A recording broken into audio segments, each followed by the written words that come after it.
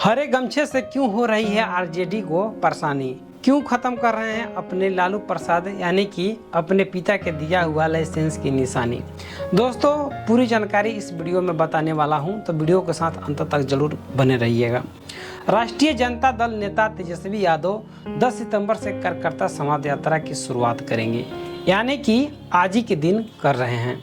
इस यात्रा के माध्यम से वे अपनी पार्टी के कार्यकर्ताओं को मजबूत करना चाहते हैं, साथ ही जनता से जुड़कर बिहार में वही असर पैदा करना चाहते हैं जो असर राहुल गांधी ने अपनी भारत छोड़ो यात्रा से पूरे देश में किया था। लेकिन इस यात्रा में तेजस्वी यादव ने पार्टी के प्रतीक बन चुके हरे गमछे पर प्रतिबंध लगा दिया है। लेकिन हरा गमछा और हरी टोपी राष्ट्रीय जनता दल की पहचान बन चुकी है और उनके पिता लालू प्रसाद यादव ने इसे राजद कार्यकर्ता होने का लाइसेंस बताया था। हरे गमछे पर प्रतिबंध के बाद इसको लेकर चर्चाएं शुरू हो गई हैं। लेकिन भाजपा ने इसे राजद में तेजस्वी यादव के द्वारा लालू ग्रुप की समाप्ति की औपचारिक घोषणा करार दिया है।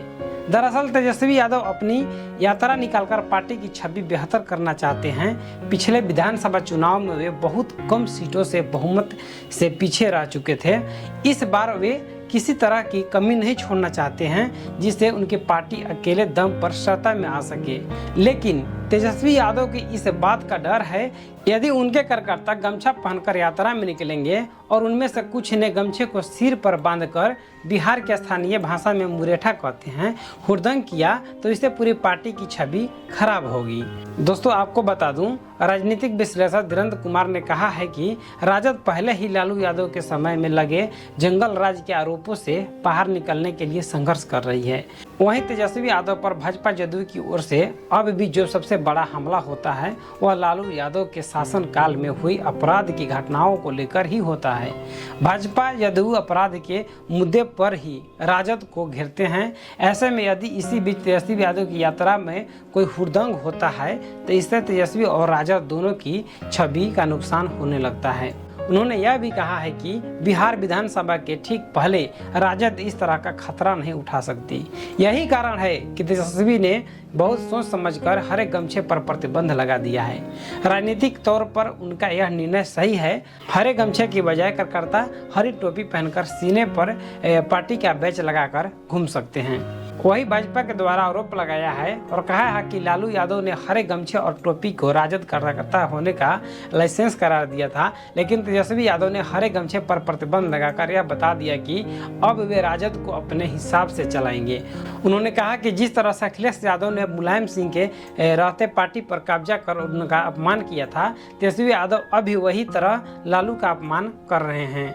वहीं जयराम विप्लव ने कहा है कि राजद अपराध, अराजकता और कुशासन का प्रतीक बन चुकी है।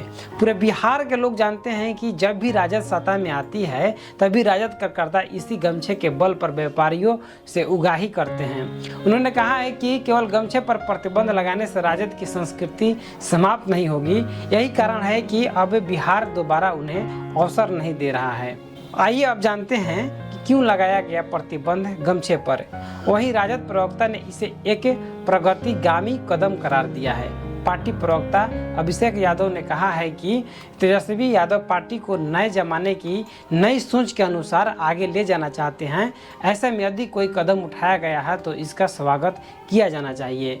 उन्होंने कहा है कि बिहार का हर गरीब हमारे साथ है।